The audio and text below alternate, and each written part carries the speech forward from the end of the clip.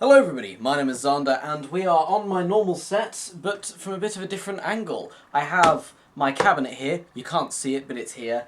You see it all the time in videos, and I've had people ask me what this cabinet actually is. It's to hold all my vinyls in it, and that's what we're talking about today. It is actually my birthday today, happy cake day to me, and because of that I expect I'll be getting a few more of these things pretty soon, and so I thought I would do a collection video just to show you what I have now, before I end up getting a bunch of new ones. But without any further ado, let's get into the vinyls. The first one is Zone by Vane. This is a pretty disgusting album cover, but I really love it. This was, I think, one of the first ones I got. If you're into the metalcore, hardcore, underground, screamo kind of scene, you probably know who these guys are by now. There's a thing inside as well. They made a pretty massive splash in the scene. Everyone's talking about these guys, and they've had a couple side projects. I'm very excited for the next album that come out. Came out in 2018. Zone is a very good hardcore, thrash, screamo, hardcore album. But on the complete contrast, we have Hopalong's last album, Bark Your Head Off, Dog. This, I don't really know how to explain it. It's like a weird material that this is made of. It feels like papery and not shiny. It's got a very nice artwork on both the front and the back. If you open it up, it's very nice. And also on the inside, it's got a pretty unique design. It's kind of rock country kind of thing. There's a lot of fusion stuff in this. There is like violins and rock guitars.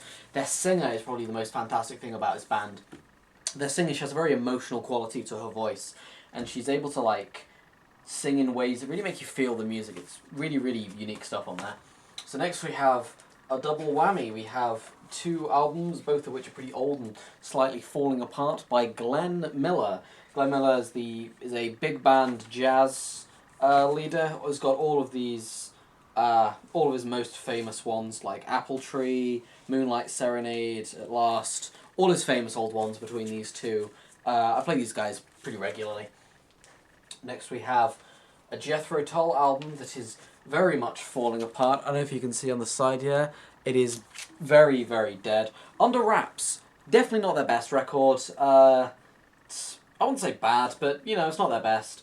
It's kind of went into their electronic pop side. I saw this at a flea market and it was like £1, so I picked it up.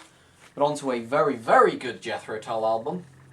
We have Thick as a Brick. This is probably one of my favourite vinyls in my whole collection, and you'll see why.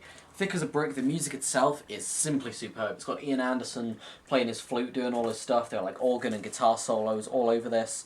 The thing that's special about it, which you probably already know, is that the entire album is one big long 40-minute song. But unlike something like Iowa by Slipknot, or maybe some of Swan's songs, it's not about... It doesn't drag on, it's not like really elongated segments where it's using its time like an orchestra to build things up over time. It is like next thing and next thing and next thing. It's constantly changing. The first like 15 minutes of it I considered like borderline musical perfection. And what's really cool about it is the album actually has like lore to it and a story. So the album thingy actually folds out to be a newspaper, and it folds out again, and on the inside it's like a full-on newspaper with every page. And the pages and the stories of the newspaper that tell the stories of the thing are actually the stories told on the album. The album depicts things like the way that a political system switches to cause a war which tears a family apart. It's really deep lore. And in all of that, the actual story itself was supposedly a poem written by this kid whose poem was rejected from a contest for being too fucked up, and so the lyrics to the song are in the story of the album, the poem that kid came up with, and so there's a lot of like layers to the story, and it's a really unique experience learning about it. And again, the music itself, absolutely superb. The way it all mixes together, each individual segment is great. It's one of like top 10 favourite albums ever. Wolves by Rise Against. Definitely not my favourite Rise Against album, probably either Collapse or Endgame. There was some pretty fantastic albums, but this was on sale for like £5-10, so I picked it up. Wolves, by no means a bad album, has some nice singles on it, but like not an amazing one. The Art Garfunkel album. I definitely enjoyed the stuff he was doing with Paul Simon a lot more. I'm a very die-hard Simon and Garfunkel fan, but for this solo album, there are some like pretty cool stuff. Breakaway, Bright Eyes. There's some pretty nice songs on here.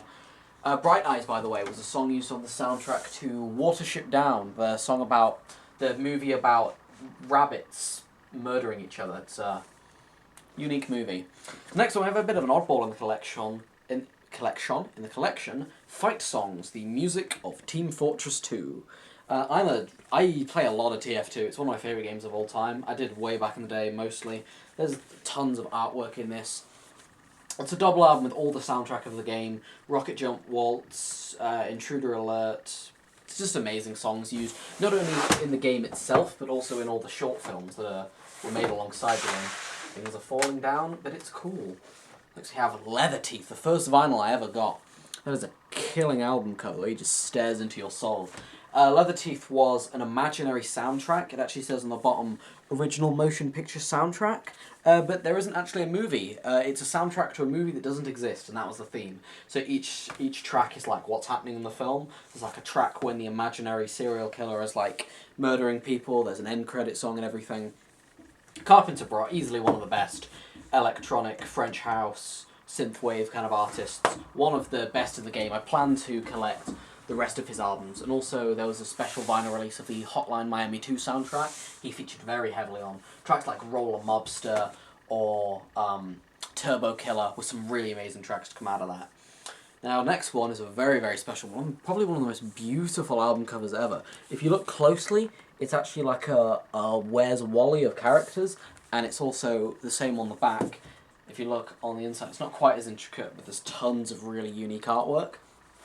All in this nighttime scene of this like beautiful crimson sky, and you can get this in different colours. There's a daytime one with a rainbow. There was the official album cover that's used on Spotify and all the online platforms where it's a dark blue sky. And there's one other, I think it's like a bright orange one for like the morning stuff. So I probably will get all of the alternative covers at some point. The album itself, it's fantastic music. The entire thing's like a concept album of the artist, Father John Misty, just ripping to shreds like his opinion on humanity, his loss of faith, his distrust in society and government. He really, really covers just everything. It paints a picture of like what this man views as the human race. But in there's also like hope and stuff. It's a very unique experience listening to this. And there's like a reason that it's considered one of the best albums of the 2010s. Now this one, probably the most expensive one, and I spent like £100 on this back in the day. It's a very minimal album cover. It's got the guys in the band on there doing a gymnastics pyramid thing. Ramshackle Glory. I used to listen to a lot of punk folk when I was a probably far too angry 12-year-old who should have been listening to actual punk, but instead I listened to folk punk. Patrick Schweivs, I don't know what his last name is, I think he's Swedish or something. Pat the Bunny, he's known as. Fantastic lyrical writer. This album was actually based on an album he wrote ages ago called Die the Nightmare, but this is Live the Dream.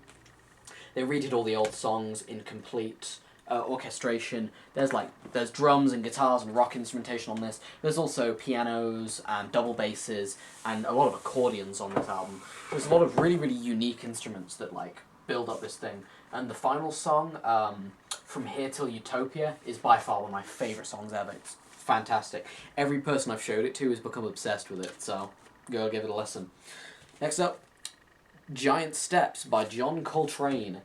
I don't really feel like this deserves an introduction. It's John Coltrane.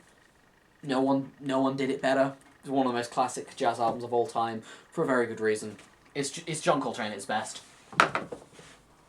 Next up, Villains by Emma Blackery. I'm a pretty big fan of Emma Blackery. I watched a lot of YouTube stuff back in the day. For this album, I was expecting it to be alright after the Magnetized EP released, but this is I was surprised at just how great this was. Some amazing songs. Take Me Out, Third Eye. The first and last track are actually connected, and she like breaks down in the final track, and she's like crying more than singing. It's a really, really powerful moment. Pretty fantastic electro pop album. And the final vinyl I have in my collection is Kids See Ghosts by Kids See Ghosts, their self-titled album. It's Kanye West and Kid Cudi, two of the best rappers ever at this point. I don't really know if I'd call them rappers, hip-hop artists, I guess. They came together to make this. Everyone's talked this album to death. You already know this is just like an amazing album. It doesn't need any more introduction. And that's it for my vinyls. The only other things I wanted to show were I have 2 cassettes. One is Fax Adders. It is a weird electronic album, and the other is a Meatloaf compilation album. Both very, very good. I also have a compilation of Jethro Tull songs on CD and Bjork's second album, because we stand Bjork. Yeah. So, yeah, that's my vinyl collection. I might do update videos every time I get maybe 10 or so more. I'll like show them off and say, hey, look at what I got. In future I plan to get all the Rise Against albums, all the old Weezer ones, all of the System of a Down and their solo material, and probably tons of other stuff. This collection will probably never be done, it'll keep growing, and yeah, I'll make videos about that then. Yeah, so I'll see you guys around, and I hope you enjoyed this video.